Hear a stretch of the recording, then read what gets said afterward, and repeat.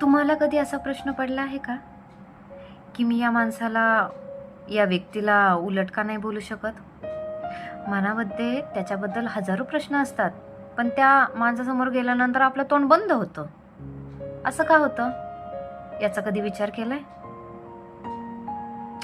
कारण आपण भांडायला घाबरत नाही, आपण नातं तुटायला घाबरतो. आपल्याला उत्तर देता येतं, देता येत नाही याच्यातला भाग नाही,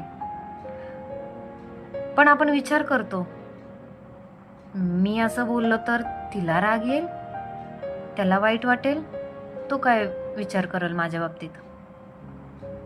म्हणजेच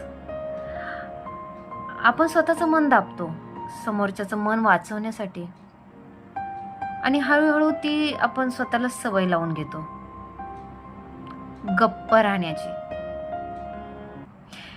पण एक कटू सत्य सांगते तुम्हाला, जिथे तुम्हाला सतत स्वतःला थांबावं लागतं ना, तिथे तुम्ही चुकत नसता, तिथे नातं असमतोल असतं. नेहमी शांत राहणं म्हणजे समजूतदारपणा नाही, कधी कधी ते स्वतःवर अन्याय असतो. तुमच्याही आयुष्यात असं कोणी असेल ज्याच्यासमोर तुम्ही मन बोलू शकत नाही?